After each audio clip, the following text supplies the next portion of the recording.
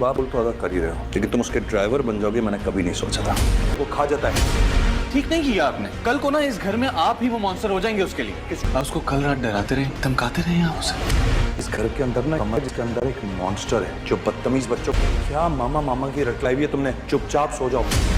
बाबा वो एक मासूम सा बच्चा है, आप क्यों उसके साथ इतना सख्ती से पेश आते हैं? में आप देखेंगे मोइज अपनी वालदा की बीमारी की वजह से परेशान हो जाता है और अपनी वालदा की बात मानकर किरण को लेकर उसके घर में शिफ्ट हो जाता है। अब किरण जैसे शानी की फिक्र खा रही है, इस घर में ना जाने इसके बच्चे के साथ क्या सलूक होगा, लेकिन इससे पहले वो काफी अच्छे से शानी को बड़े प्यार से समझा देती है कि इस घर में आपने किसी भी चीज को छेड़ना नहीं है, कोई भी डेकोरेशन पीस हो उसको टच नहीं करना है। अपने बच्चे को वो बड़े प्यार से समझाती है ताकि कोई बदमज़गी ना हो सके। इधर मोइज की वालदा बहुत खुश होती है कि इस घर में रौनक आ चुकी है। खाने की टेबल पर सब लोग इकट्ठे एक साथ खाना खाते हैं और बहुत ज्यादा खुश होते हैं। वो बहुत ज्यादा से ज्यादा देर मोइज अपनी माँ के साथ रहता है। अब किरण भी अपनी सास की बातों में मसरूफ हो जाती है। जब शानी अपने नए रूम में डर जाता है और अपनी मामा को पुकारते हुए गलती से वो मोइज के वाल्द के कमरे तक आ जाता है। इस लड़के को देखकर मोइज के वाल्द को गुस्सा आ जाता है। इसे पकड़कर वो कमरे से लाकर छोड़ता है और इसे डराता है, क्या तुमने मामा मामा की रट लगा रखी है? तुमने चुप करके यहाँ सो जाओ, इस कमरे से बाहर मत निकलना, वरना इस घर के अंदर एक कमरा है जिसके अंदर एक मॉन्स्टर है जो बदतमीज बच्चों को खा जाता है। शानी मोइज के बाप की बात सुनकर वाकई ही डर जाता है और अपने अंदर में आंखें बंद कर छुप कर जाता है, कहीं वो मॉन्स्टर इसे खा ना जाए। अब किरण अपने बेटे शानी को देखने आती है और देखकर हैरान हो जाती है कि आज शानी उसके बगैर ही सो गया। अगले दिन मोइज जब शानी को स्कूल छोड़ने के लिए जाता है तो शानी खामोश